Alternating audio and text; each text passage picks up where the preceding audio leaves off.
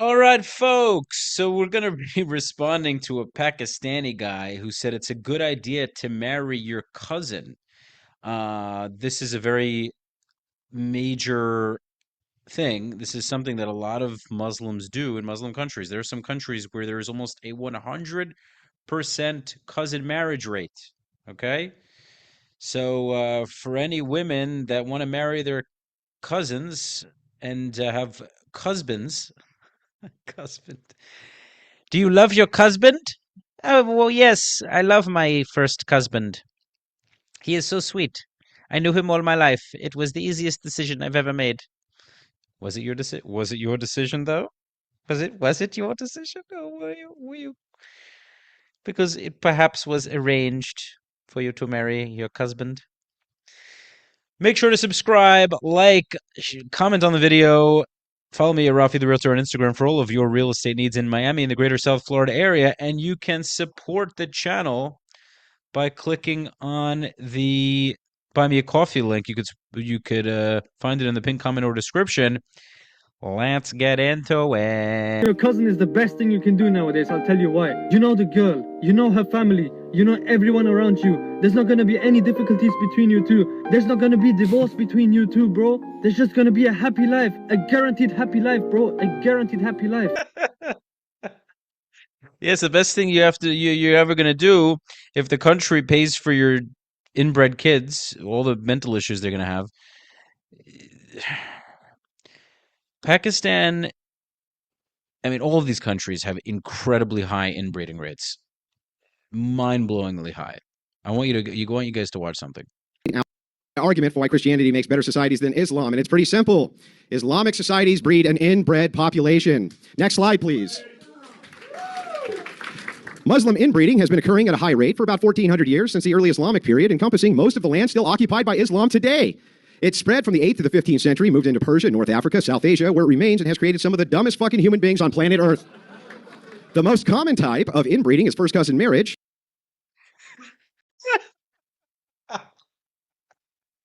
It's some of the dumbest human beings on planet Earth. I love how matter of fact it is in such a condescending way, but it's just truth. You ever see Yemenis? You ever see these Houthis chanting, riling their people together to say death to America in the just absolute war-torn shithole country? And they're so brazen that they're going to defeat America and Israel. It's like, do you have any idea? Their IQs are so low, so low. It's statistically proven they have incredibly low IQs. It's just a bunch of inbred people. Feed your people, man. Feed your fucking people first, all right? Then worry about fighting us. Like Israel could single-handedly destroy Yemen easily. When Israel does bomb Yemen, it just smashes their oil fields. It's like your people are starving, guys. Like, hold off on the war for now. Do everyone a favor. The rates of first cousin marriage in comparison to Christian nations is staggeringly high, even in comparison to regions occupied by Arab Christians. When a nation has both Christians and Muslims, Muslims are often double or higher than Christians. Example, India, Lebanon. Next slide, please. Muslim inbreeding. Oh, sorry about that. Pakistan at 65%. 65%, meaning more likely than not, you're having sex with your cousin, and if you're not, you're the weird one. Okay? For the low IQ members of MDD, that means these people are more likely than not having sex with their aunts or uncles' children. Whew, Saudi Arabia, 50 to 58%, with an average 76 IQ. Who would have thought it? UAE, 54%, 82 IQ. The crown jewel of the Arab world, you are more likely than not to be banging your first cousin. Iran, 40%, 80 IQ. Yemen, 45%, 62.9 IQ. Qatar, 30%, 80.8 IQ. Yemen has a 62.9 IQ. The average IQ of Yemenis is 62. 62. That's fucking crazy. That's 62. I don't want to. Actually, yeah, fuck it. I do want to laugh. It's hilarious. 62. We are the truth. We have to spread the religion. Ah, yeah, yes. It's great. You're convincing a lot of people, though. I'll tell you. It's great. It's great. Now, we're going to continue, right? Oman, 36%, 78. Syria, 39%, 74 IQ. Turkey, 25%, 86 IQ. Jordan, 32%, 80 IQ. Egypt, 32%, 76 IQ. It goes on and on and on, and it just never gets better. Next slide, please. Thank you. Compared to Christian countries, let's take a look. Usually less than 1%. Now, I wonder why Christians build better societies, ladies and gentlemen. Now, let's keep going. We want to pull up the slide here, moving right along. As countries become more Christian, inbreeding declines. Right, we can see this from church intervention in Spain, 20 to 30% post-Reconquista. Catholic Church banned cousin marriages for commoners, papal dispensations sold for royals. Italy, similar high rates in the medieval period. The church enforced bans over the century. France, high medieval. Canon law prohibited marriage within 4 degrees of relation. Modern Western Europe, it's not just the cultural norm, but let me tell you exactly how much of a cultural norm it is. Even in European nations where marrying your first cousin is legal, they don't do it because of the ecclesiology. Isn't that wild? Africa shows the more Christians and less Muslim the societies become, the better they do. Let's just take a look at Nigeria. Okay, we can go down the list here. 50% Nigeria, 20 to 30% first cousin marriage. Isn't that crazy? Now let's move right on down. You can see South Africa, Muslim 1.5%, very low to negligible in the national prevalence of cousin fucking. Whew. You can look at the list. It's pretty comprehensive. We can continue to go, right? The bottom 20 least productive sub-Saharan African countries. Wouldn't you know it, they're all Muslim. 99% Muslim in Somalia. Very high. 60% first cousins. Anybody ever hear a joke about Somalian IQ? Let's look over at Niger. 99% Muslim. 60% cousin marriage. I am the captain now. I am the captain. Okay, husband.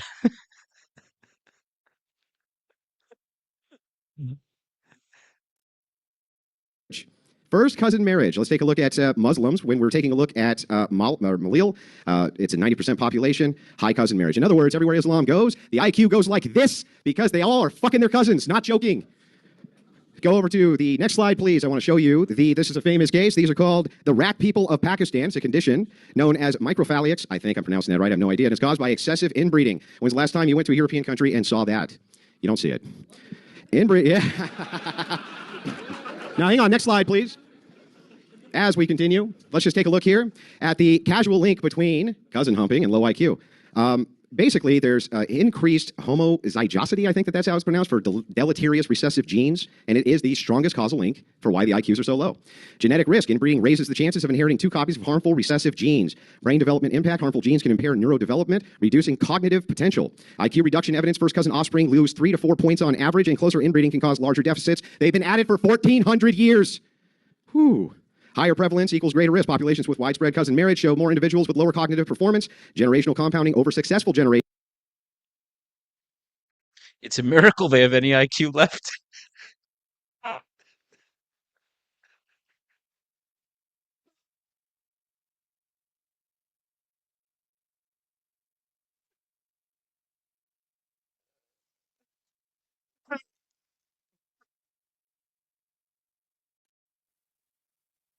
Harmful genes accumulate. One of the big Muslim copes you'll hear from Daniel tonight. Well, it's only 1.5% for genetic problems for normal people who aren't having sex with their first cousin. Well, that's true. He says it only doubles to 3%. That's very low. No, it compounds. See, if you hump your first cousin and then those kids hump their first cousin and their kids are et cetera, et cetera, et cetera down the line, guess what happens to your IQ? Guess what? You'll never guess. Anybody got a guess? It goes down. The negative consequences of a low IQ. 80 IQ versus 100 IQ person. Income 50 to 70% lower. Welfare dependency 4 to 6 times higher. Literacy less than 10% at less than 85 IQ. Obesity up almost 2 times. Chronic disease up to almost 2.5 times. Life expectancy less than 70 IQ or 75 IQ down 5 to 10 years. Why? Because, well, you might just look down the barrel of that shotgun when you're cleaning it. Moving over. Arrests and incarcerations 3 to 8 times higher. Violent offenses 4 to 6 times higher. Teen pregnancy 3 times higher. Child neglect and abuse 3 to 7 times higher. Intergenerational poverty 4 to 6 times. Almost every study available shows that IQ entering the low 80s, Muslim countries, affects nearly every aspect of life in a negative way. Economic prospects, criminality, mental, physical health, happiness metrics, and both at the individual and societal level. In fact, study shows that when a country has a sub-90 IQ average, they find it difficult to have basic innovation, infrastructure, professional class, and other basic needs of a functional society. Is that sounding familiar yet? Now, here's the thing that's interesting. Modern societies don't require everyone to be a genius. Just look at me. But they do rely on a distribution of abilities, and you can see their roles below. 70 to 85, basic job, practical skills, routine labor. That's Islam. That's almost every Islamic nation, ladies and gentlemen, 70 to 85. Sometimes up to 2 standard deviations lower. 85 to 100 would be skilled labor administrative support, 100 to 115 professional middle management, 115 to 130 engineer, scientist, doctor, specialized roles, the things they desperately need that they get from us. 130 plus innovation, leadership, high level problem solving. Next slide, please. Inbreeding itself over generations causes massively compounds that lead to negative consequences. And you can see the risk curve there. You see how the genetic defects increase every single generation. Moving over, I just want to point this out on the last slide. Islam took an ethnic people that were at the heart of being the top of civilization. And through generations of Islam and inbreeding has turned them into the lowest IQ, some of the stupidest people on planet Earth. Literally. You think I'm being mean. I'm not. They're literally some of the stupidest people on planet Earth. Everywhere Islam goes, inbreeding increases and societies become worse. Where Christianity goes, inbreeding decreases, so societies do better in almost every material way. Let's just point out here, as I wrap this up. 1 second. So it's clear here that my argument summarized, though this isn't its entirety, is that Islam creates huge societies with large swaths of people with IQs so collectively low, they would be considered developmentally challenged, borderline retarded here in the West.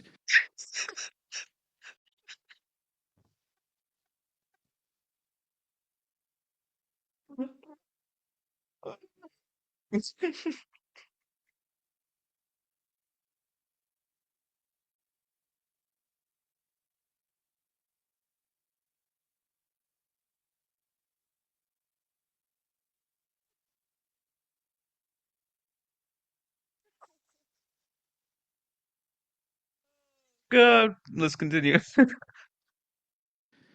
Not kidding. Due to this side effect, force doctrine becomes the order of the day. Because the technological difference in capabilities of each people group is so vastly different, think Apollo mission compared to Starship Enterprise, Islam must literally bank on the benevolence of Christians to not wipe them off the face of planet Earth. They are basically, the feminists of the East, totally reliant on the goodwill and benevolence of global Christianity, not to just not exterminate them. Okay? And take their resources, always appealing to the mightier force for their existence and the benevolence of that very people group who Daniel today is arguing doesn't make better societies, which is a laughable proposition. Even absent the degeneracy of a people group must be able to competently defend itself or bank on the benevolence of the people group, which can. And almost everybody is going to prefer the society that can. Imagine the irony here of arguing against the very Christians you find inadequate morally, yet bank on their moral benevolence to not wipe your low IQ fucking asses off the face of planet Earth.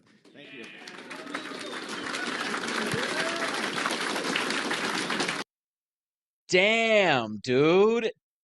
Damn. Sheesh. That was intense. It's no wonder Israel's just creaming its enemies, you know? Israel's just mopping the floor with them. And the world is begging Israel to stop because realistically, Israel could wipe out most of the Middle East on its own, and it's crazy. We're talking 8 million Jews and a total population of maybe 11 million people, 10-ish million people. And I mean, it's not even close. And Israel doesn't use nearly as much power as it actually has. It's insane. Insane. So guys, leave your comments. I hope you enjoyed my laughs because I got a real kick out of this one. Make sure to subscribe, like the video, leave your comments.